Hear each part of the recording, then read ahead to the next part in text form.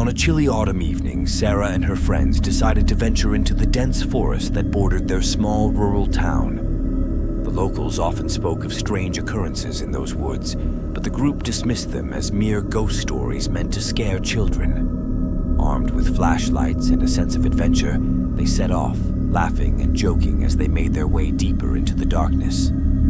As they walked, a dense fog began to roll in, shrouding the trees and muting their laughter. The group's mood shifted from jovial to uneasy, and their chatter died down. Sarah couldn't shake the feeling that they were being watched. She glanced over her shoulder, but saw nothing except the thickening mist and twisted branches. Hours passed, and the group realized they were hopelessly lost. The forest seemed to change around them. Paths they had taken disappeared, and new ones appeared. They tried to use their phones for navigation, but there was no signal. Panic began to set in as they realized they might have to spend the night in the woods. They stumbled upon an old abandoned cabin. Its windows were broken, and the door hung loosely on its hinges. Desperate for shelter, they decided to spend the night inside. The interior was musty and dark, filled with broken furniture and cobwebs. They huddled together in the corner, hoping to make it through the night unscathed. As the night deepened, strange noises began to echo through the cabin. Soft whispers, barely audible, seemed to come from the walls themselves. Sarah strained to hear, but the words were unintelligible. The whispers grew louder and more insistent, filling the room with a chilling presence. Suddenly, one of Sarah's friends, Mark, screamed. He pointed towards the far corner of the room where a shadowy figure stood, watching them with hollow eyes. The figure moved closer, its form shifting and changing, as if it were made of smoke. The whispers intensified, filling their heads with incoherent murmurs. Terrified, they tried to flee the cabin, but the door slammed shut, trapping them inside. The shadowy figure advanced, and they felt an icy chill seep into their bones. Sarah's flashlight flickered and died, plunging them into complete darkness. The whispers turned into a cacophony of voices, each one more desperate and tormented than the last. In the darkness, they felt something cold and clammy brush against their skin. Sarah screamed, feeling unseen hands gripping her arms and legs. The shadowy figure loomed over her, its face contorted into a grotesque grin. She could feel its cold breath on her face, smell the decay that emanated from it. As the terror reached its peak, Sarah's friend Jenna managed to relight her flashlight, casting a beam of light that pierced the darkness. The shadowy figure recoiled, its form dissolving into the shadows. The whispers faded, replaced by an oppressive silence. They spent the rest of the night huddled together, too afraid to move. When morning finally came, they cautiously opened the cabin door and stepped into the weak daylight. The forest seemed less menacing in the light, but they were all profoundly shaken. The townspeople found Sarah and her friends wandering the edge of the woods, dazed and disoriented. They had no memory of how they escaped the cabin or what had happened during the night, but they all shared the same haunting memory of the shadowy figure and the whispers that seemed to come from the very walls. Years later, Sarah still wakes up in a cold sweat, hearing those whispers in her dreams. She avoids the woods at all costs, fearing that if she ever returns, she won't be so lucky to escape a second time. The cabin of whispering shadows remains a forbidden place, a dark secret shared only in hushed tones by those who know its true horror.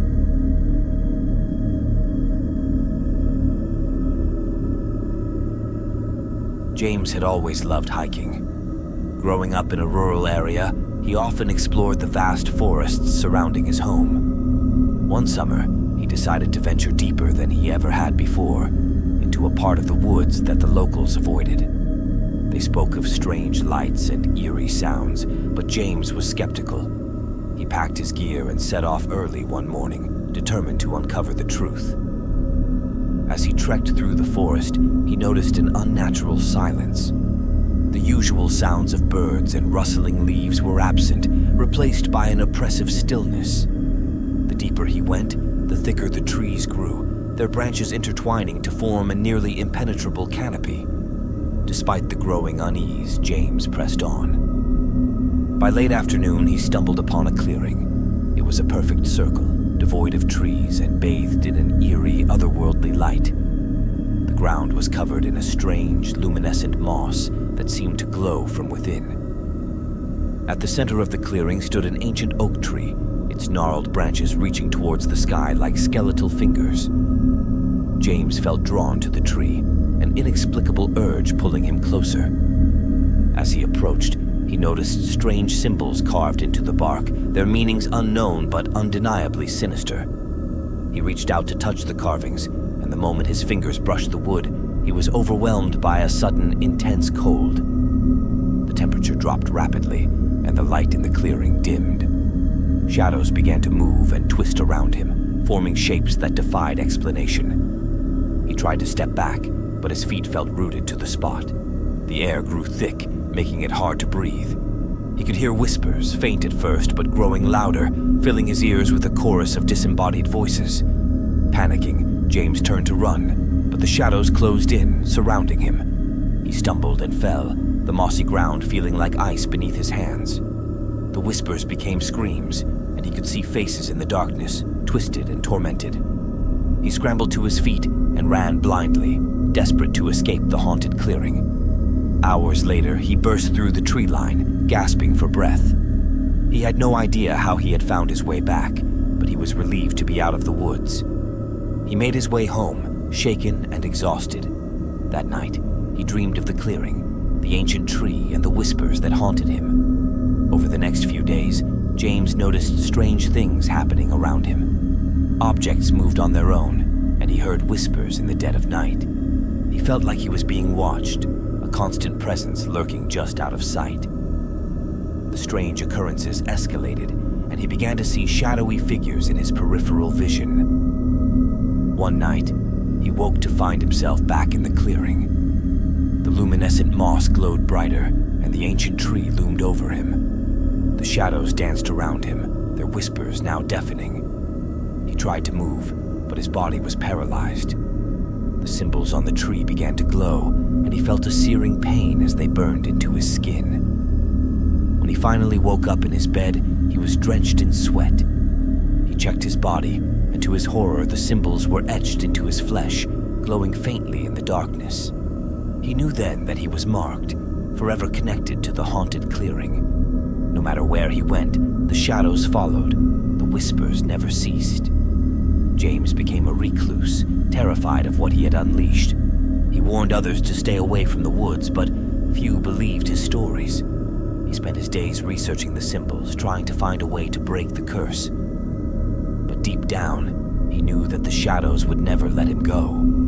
The haunted clearing had claimed him, and he was forever lost in its grasp. As time went on, the luminescent moss began to spread beyond the clearing, inching its way into the forest. More people reported strange occurrences, and the once dismissed ghost stories gained a new level of credibility. The forest became a place of fear, avoided by all who valued their sanity. James's final days were spent in a state of constant terror. He could no longer tell the difference between waking and dreaming, as the shadows and whispers plagued him relentlessly. On the night of a full moon, he disappeared without a trace, leaving behind only his journal filled with desperate notes and cryptic symbols. The town erected warnings around the forest, but the luminescent clearing remained a dark legend, a place where reality twisted into nightmare. Those brave or foolish enough to seek it out never returned the same, if they returned at all. The whispers of the haunted clearing echoed through the woods, a chilling reminder of the ancient evil that dwelled within.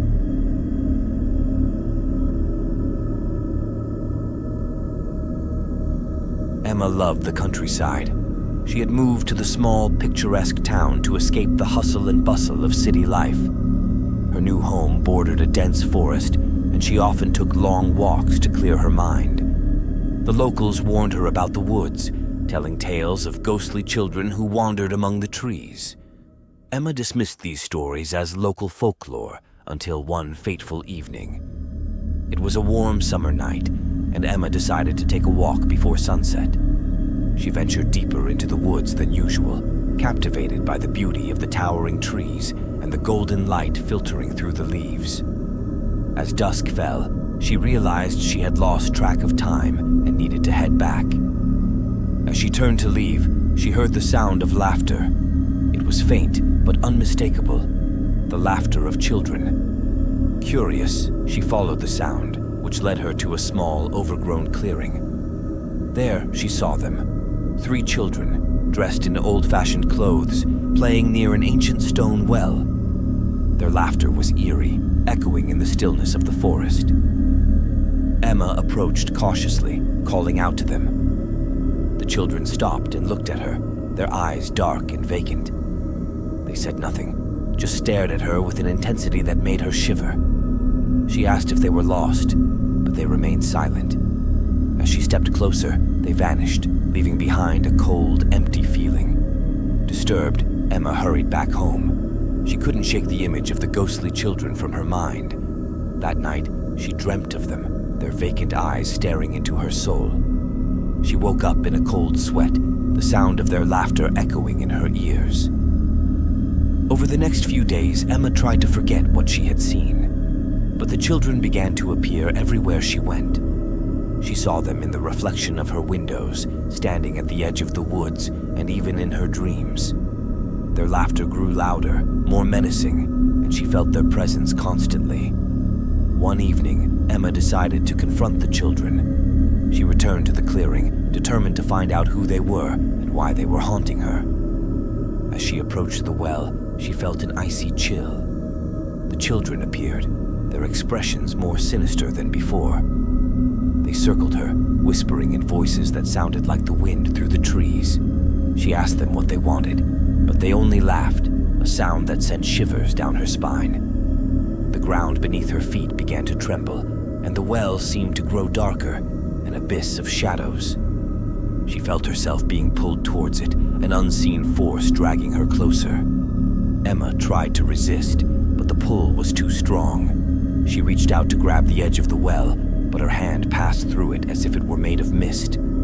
She felt herself falling, the darkness swallowing her whole. The last thing she heard was the laughter of the children, echoing in the void. When she woke up, she was lying on the forest floor, the sun shining through the trees. She stumbled home, disoriented and terrified. She realized that the children were not just ghosts. They were something far more sinister, entities that fed on fear and despair.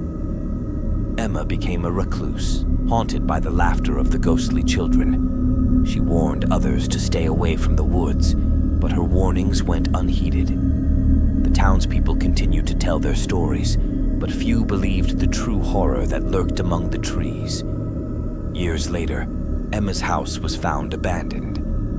No one knew what had happened to her, but some claimed to see her wandering the woods at night, a lost soul forever trapped by the ghostly children. The laughter still echoes through the trees, a chilling reminder of the darkness that dwells within the forest. As the years passed, the legend of the ghostly children grew. New residents of the town heard whispers of the haunted woods and the well that seemed to be a portal to another world. Those who ventured too close reported strange occurrences, cold spots, disembodied laughter, and the feeling of being watched. One particularly brave group of teenagers, intrigued by the stories, decided to investigate the well. They prepared themselves with flashlights and recording equipment, hoping to capture evidence of the paranormal. They entered the woods at dusk, their hearts pounding with a mix of fear and excitement. As they approached the clearing, the air grew colder. The luminescent moss cast an eerie glow, and the ancient well stood at the center like a dark sentinel. The teenagers gathered around it, their flashlights flickering in the unnatural cold. They heard the faint sound of children laughing, and their equipment began to malfunction. One of the boys, Jake, leaned over the edge of the well, shining his flashlight into its depths. He saw nothing but darkness. Suddenly, a hand shot out, grabbing his wrist with a grip like iron. He screamed as he was pulled towards the well, the other teenagers trying desperately to free him. In In the struggle, Jake was pulled into the well, disappearing into the darkness. The remaining teenagers fled in terror, their screams echoing through the woods. They returned to town, hysterical and incoherent, telling tales of ghostly children and a well that swallowed their friend. A search party was organized, but Jake was never found. The well was sealed, and the clearing was declared off-limits. The town tried to move on, but the legend of the ghostly children and the well persisted. Emma's warning echoed in their minds, a chilling reminder of the darkness that lurked just beyond the safety of their homes. To this day, the woods remain a place of fear. The laughter of the ghostly children can still be heard on quiet nights, a haunting melody that chills the blood of those who hear it. The well stands as a silent sentinel, a gateway to a darkness that can never be fully understood. And Emma, forever lost in the woods, serves as a cautionary tale of the dangers that lie in wait for those who dare to venture too deep.